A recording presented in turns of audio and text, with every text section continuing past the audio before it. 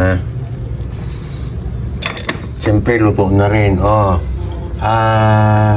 Mamoy na kwan. Nilagyan ng mantud. Laban-sus.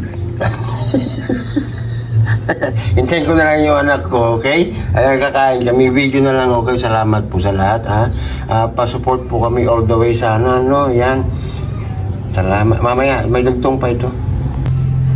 Kain, guys. Late lunch na naman, siyempre. Ano pa?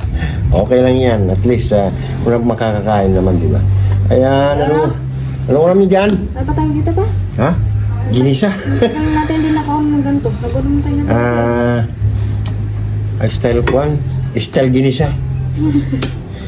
With garbanzos po, ginisa ko lang po sa butter yung karne po ng baboy. Siyempre, hiniwa-hiwa ko yan, di ba?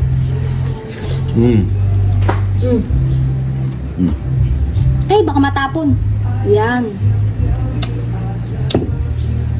Nilagyan ko ng garbanzos. Yan lang. Siyempre yung arena, isang kutsara para lumapot. Hindi ko alam anong pangalan nito.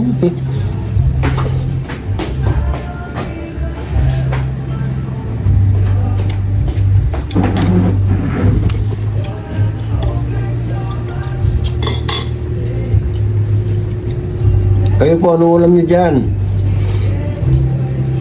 Basta gisado. Tapos.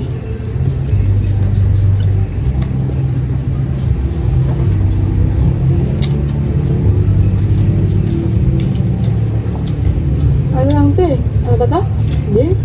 Garbanzos.